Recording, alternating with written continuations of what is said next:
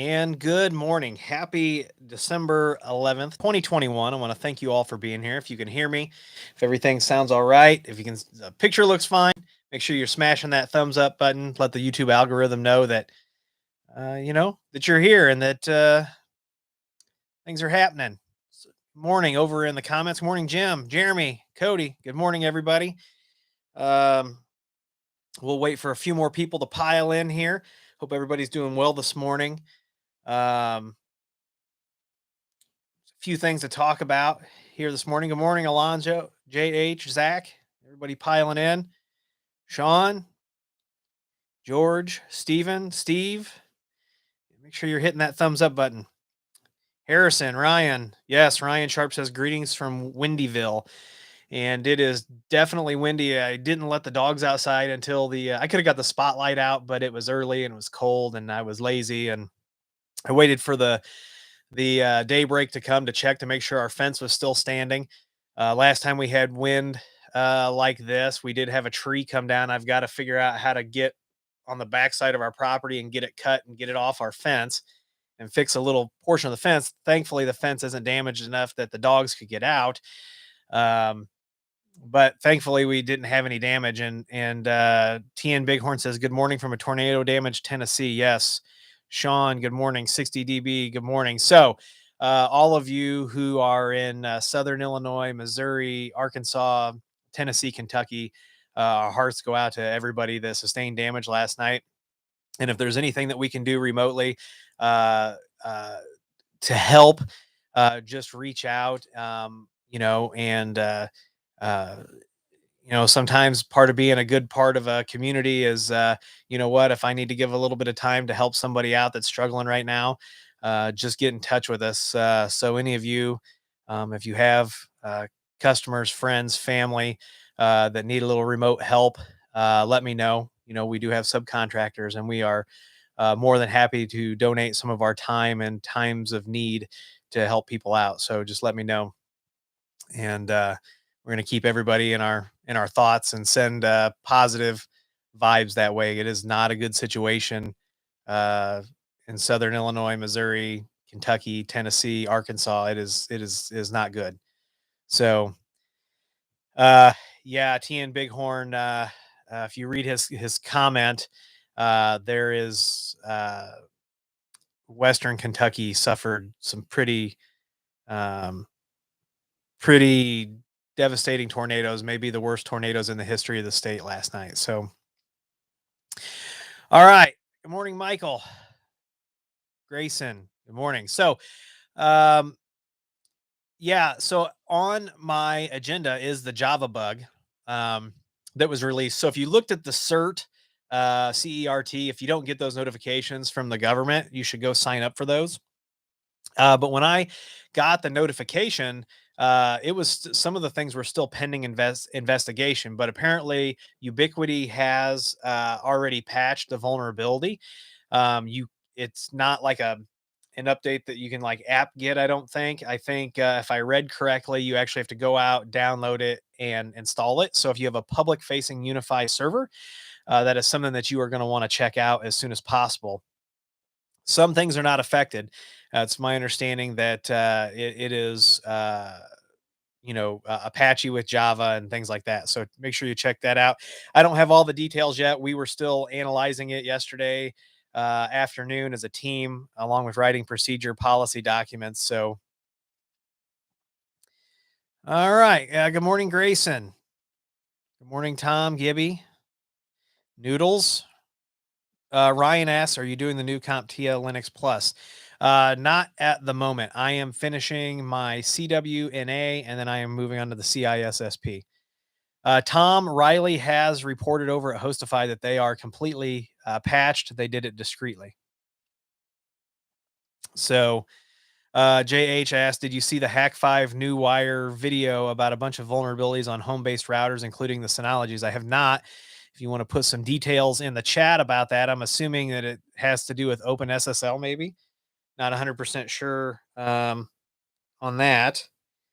All right. So back to what I'm talking about. So today from 10:30 to 12:30, I will be doing 2 of our 3 hours of lunch and learns with the folks who signed up for training in November.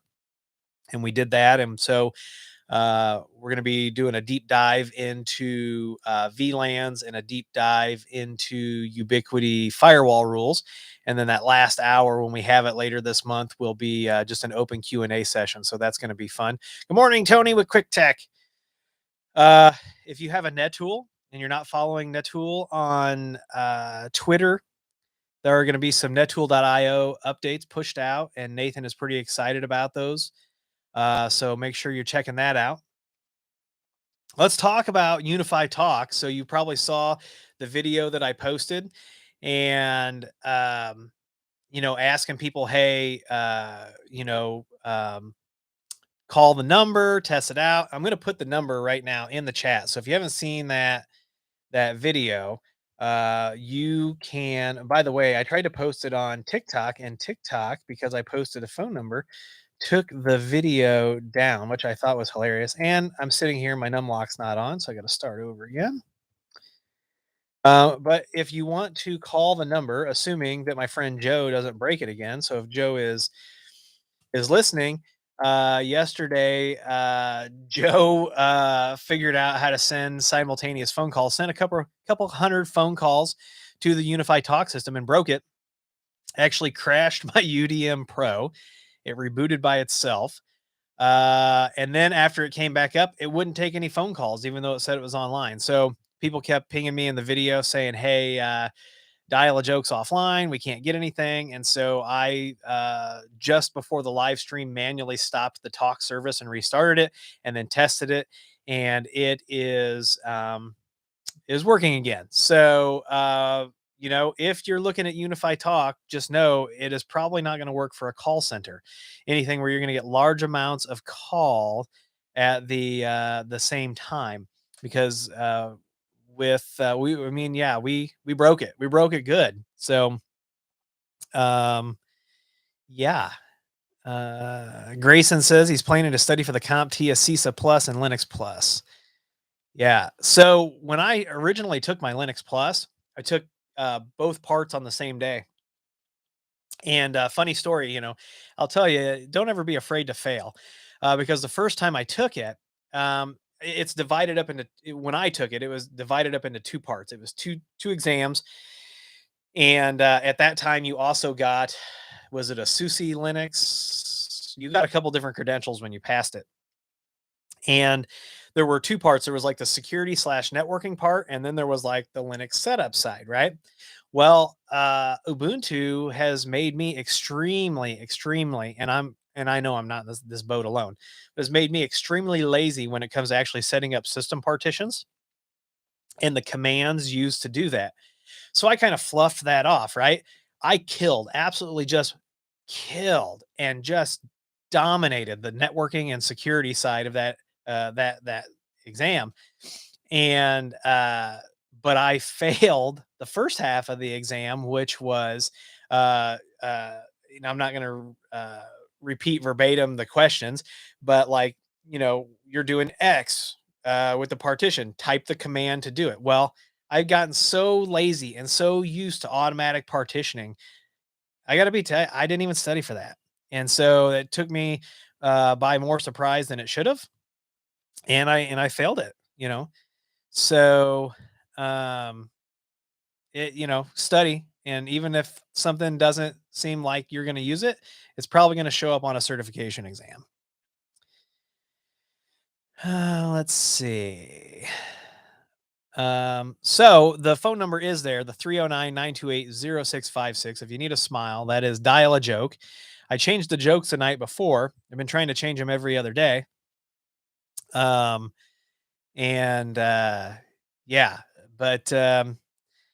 morning, Michael Berg. Let's see. Grayson says he has his CompTIA A Plus, Network Plus, Security Plus. Yes, I have all 3 of those. I had my CCNA, my CCNA wireless. I had my CCDA. I have my Juniper, Junos, Juniper switching certifications. Those have all lapsed at this point. I do have a current VCP. and I'm a GrandStream certified instructor, GrandStream certified expert. I am Ubiquity certified. So, Dave, good morning. Morning, James. Morning, Dave. Wi-Fi 6. Think there is a need for more than 1 gig feed in AP? Yes. Wi-Fi 6, Wi-Fi 6E. Yes, you should have a minimum of a 2.5 gig port. Minimum. But, right now, if all we can get is 1 gig ports, go ahead and upgrade it. So, yeah, CWNA is something that I am serious about, and once I have that, we'll see where I go with the wireless certs. But just like security, that is only going to continue to grow in value. So, I don't have any experience on Sienna switching. I have a Sienna router that I don't manage. But morning, Shano. Shano T. Shano T. Do I know you? Is this a pen name maybe that you're using? All right. So, and then the other thing is, speaking of like security and stuff like that, excuse me, I did not mean to get so loud into the mic there. Coworker of mine yesterday recommended a show on Netflix. Yes, Shano T is from Good Morning. Good morning. I saw James Johnston yesterday, Shano T, and I actually been trying to think about reaching out and get a hold of you because saw him at Wingstop, and he said that he'd been over talking to you. You guys talked about the YouTube channel a little bit, some other things, and then lo and behold, I was standing in the checkout line at Benny's on my lunch break yesterday, and here comes James, and I'm assuming one of his coworkers, and they were also cruising the bourbon aisle. So and that's kind of what sparked this next thing.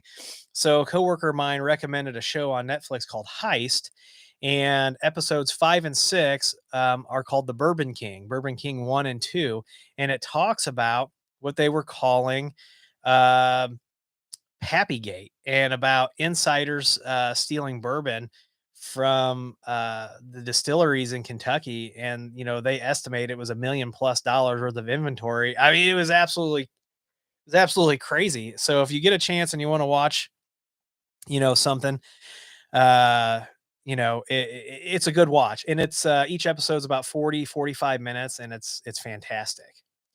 So, and then another coworker of mine, friend, coworker is who's also into spirits, is actually traveling to Gatlinburg tomorrow afternoon. So I got a little bit of a.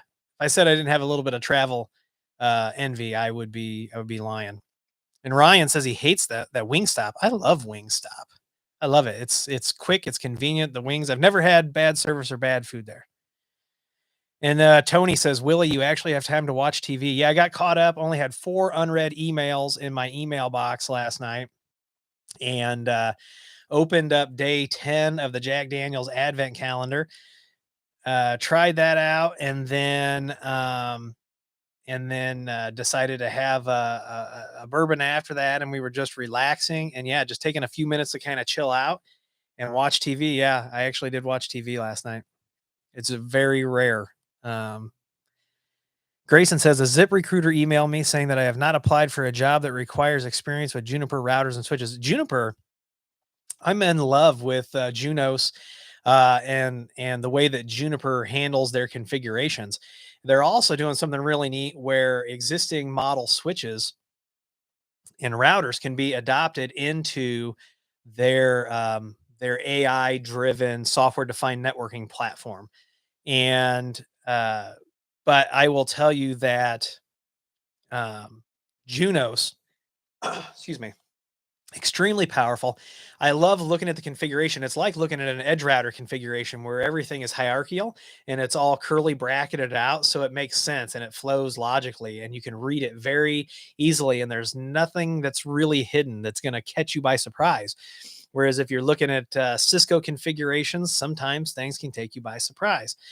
There are some edge router things, like if you use port forwarding on an edge router, there's some magic that happens behind the scenes that doesn't show up in the configuration if you use that port forwarding. So it automatically handles NAT rules and all those kinds of things for you that doesn't show up in the configuration. That has been a complaint of mine for a long time. And there it is. JH says you can add any switch into Mist, and it's great because you can still have a running network if you don't pay for it. So yeah, and Mist is Juniper continues to build on that platform, and um, it's I think they're going to be a real dominant player in that space. Ryan says my logic is why go to Wingstop and get yelled at when Noodles and Company is just across the lot. I've never been yelled at Wingstop, Ryan, so not sure what you're doing there to get yelled at in a Wingstop. But Noodles and Co. Yeah, so I know as funny as this sounds, I try to watch how many carbs I take in, and I'm also doing intermittent fasting. So, and I know Shan T has had some success with the intermittent fasting from what James told me. So, but so yeah, so I try to be conscious of the carbs that I put in. And for any of you who are looking for an adult beverage, you know what? Bourbon just has empty calories, no carbs.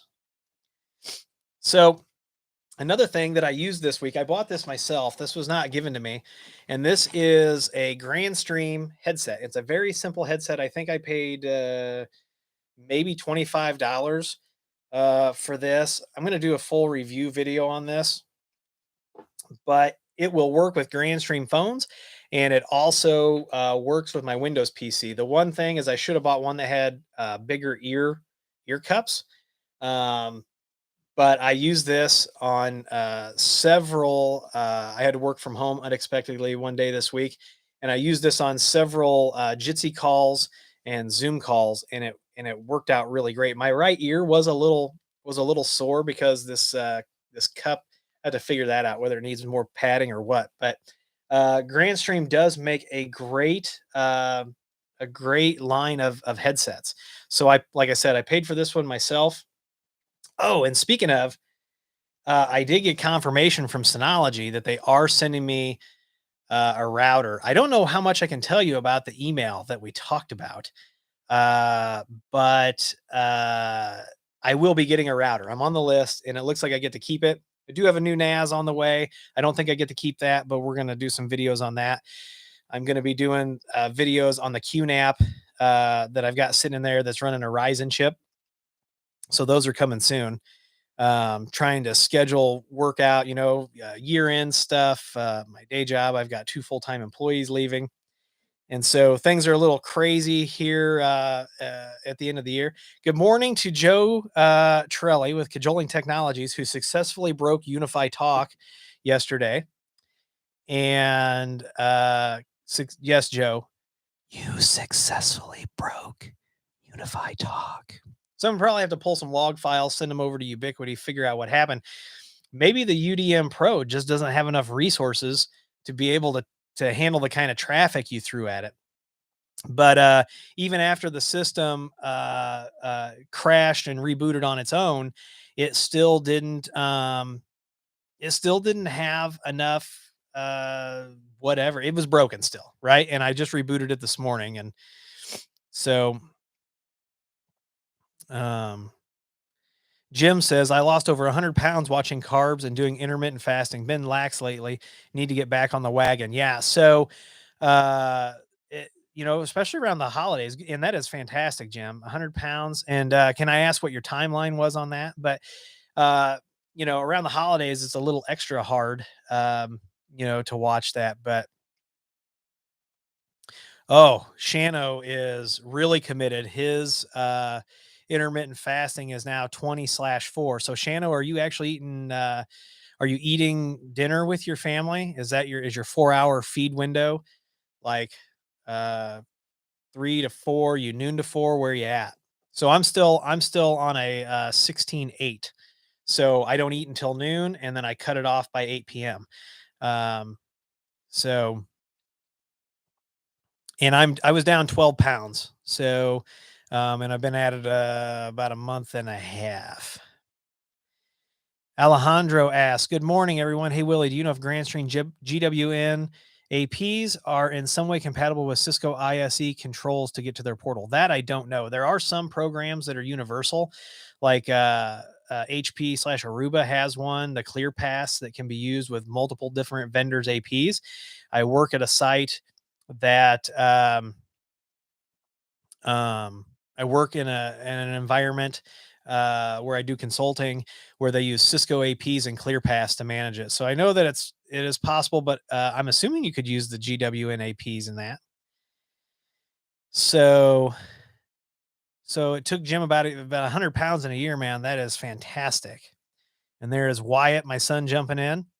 Shano says yes, and I eat what I want. 8 months in, and I cycle in a 40-hour once per month. Have you cut out all alcohol, Shano? Let's see. Harry says, I've been getting this error in my access point log, busy environment detected. What does that mean? Well, I don't know which access point you're talking about, but you could shoot that over to us in an email. So I have enjoyed talking to you all this morning. Yes, for the time being. Gotcha. Well, Shano, you and I need to get together and we need to have a bourbon for sure. We need to catch up.